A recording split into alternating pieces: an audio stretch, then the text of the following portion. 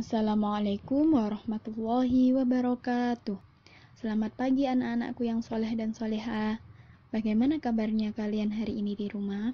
Semoga kalian tetap semangat dalam menuntut ilmu. Hari ini kita memasuki tema 2, menyayangi tumbuhan dan hewan, subtema 1, manfaat tumbuhan bagi kehidupan manusia, pembelajaran yang ke-6. Untuk materi yang pertama yaitu bahasa Indonesia, menceritakan isi dongeng berdasarkan gambar seri.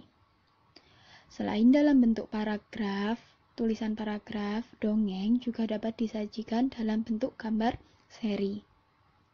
Gambar seri adalah rangkaian gambar yang mewakili isi cerita atau dongeng. Dengan mengamati gambar seri, kamu juga dapat menemukan pesan dalam sebuah dongeng.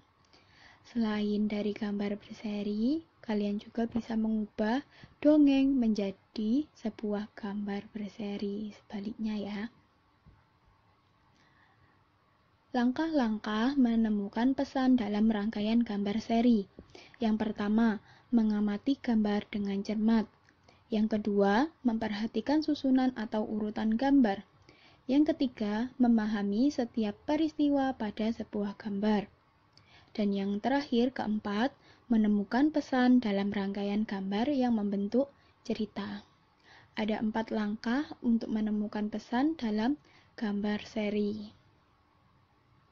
Untuk tugas bahasa Indonesia, silahkan baca terlebih dahulu dongeng yang berjudul Petani yang Baik Hati di kitab tematik kalian halaman 44-45. Setelah itu, buatlah gambar yang menceritakan dongeng Petani yang Baik Hati di kitab tematik halaman 45-47. Ingat, untuk menggambarnya, baca dulu teks dongengnya, agar yang kamu gambar bisa sesuai dengan isi teksnya. Yang kedua yaitu materi PPKN, berbuat baik kepada orang lain. Ada banyak sekali perbuatan baik yang dapat kita lakukan untuk orang lain atau untuk lingkungan di sekitar kita. Misalnya, berterima kasih saat mendapatkan hadiah atau mendapat pertolongan. Yang kedua, meminta maaf saat melakukan kesalahan atau ketidaksengajaan. Yang ketiga, menolong orang lain yang sedang mendapatkan musibah atau kesulitan. Itu tadi adalah contoh perbuatan baik yang dapat kita lakukan untuk orang lain. Berbuat baik harus dilakukan dengan penuh keikhlasan. Sila kedua Pancasila menjadi pedoman bagi kita untuk selalu bersikap baik kepada sesama manusia. Selain kepada sesama, kita juga harus berbuat baik kepada tumbuhan. Mengapa demikian? Ya, karena tumbuhan dan kita merupakan sama-sama diciptakan oleh Tuhan. Jadi kita harus saling berbuat baik. Tumbuhan juga memberikan banyak manfaat bagi kita.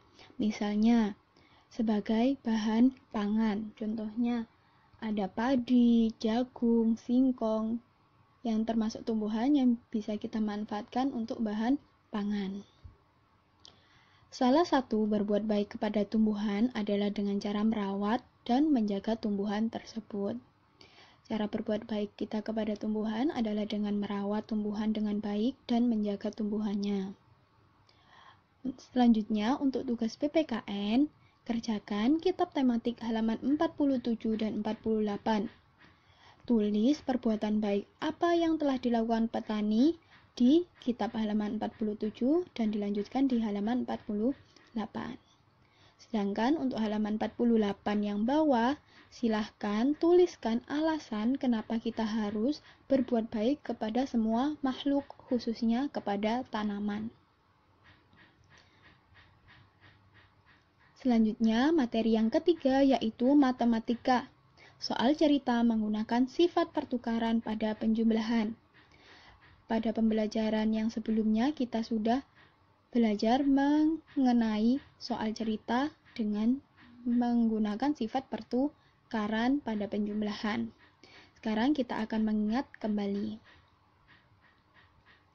Ingat kembali bahwa sifat komutatif disebut juga sifat pertukaran. Penggunaan sifat-sifat pertukaran pada penjumlahan dapat membantu mempermudah kita untuk menyelesaikan soal. Contoh soalnya ada jumlah siswa kelas 1, 2, dan 3 berturut-turut adalah 45, 28, dan 35. Jadi di kelas 1 ada 45, kelas 2 ada 28, dan kelas 3 ada 35. Yang ditanyakan berapa jumlah siswa seluruhnya. Dari soal tersebut, kita bisa menyelesaikan dengan menggunakan sifat pertukaran. Gunakan sifat pertukaran pada penjumlahan untuk mempermudah menghitung. Jumlah siswa seluruhnya 45 ditambah 28 ditambah 35. Karena di sini jika 45 langsung ditambah 28 kita akan sedikit kesulitan untuk menghitungnya. Jadi kita tukar tempatnya. Di 35 ditukar di tempat 28. Jadi 45 ditambah 35 ditambah 28. Ini yang dimaksud sifat komutatif, ditukarkan tempatnya. Setelah ditukar tempatnya, kita bisa menghitung dua bilangan yang ada di urutan depan, yaitu 45 ditambah 35 sama dengan 80. Kemudian dijumlah dengan 28.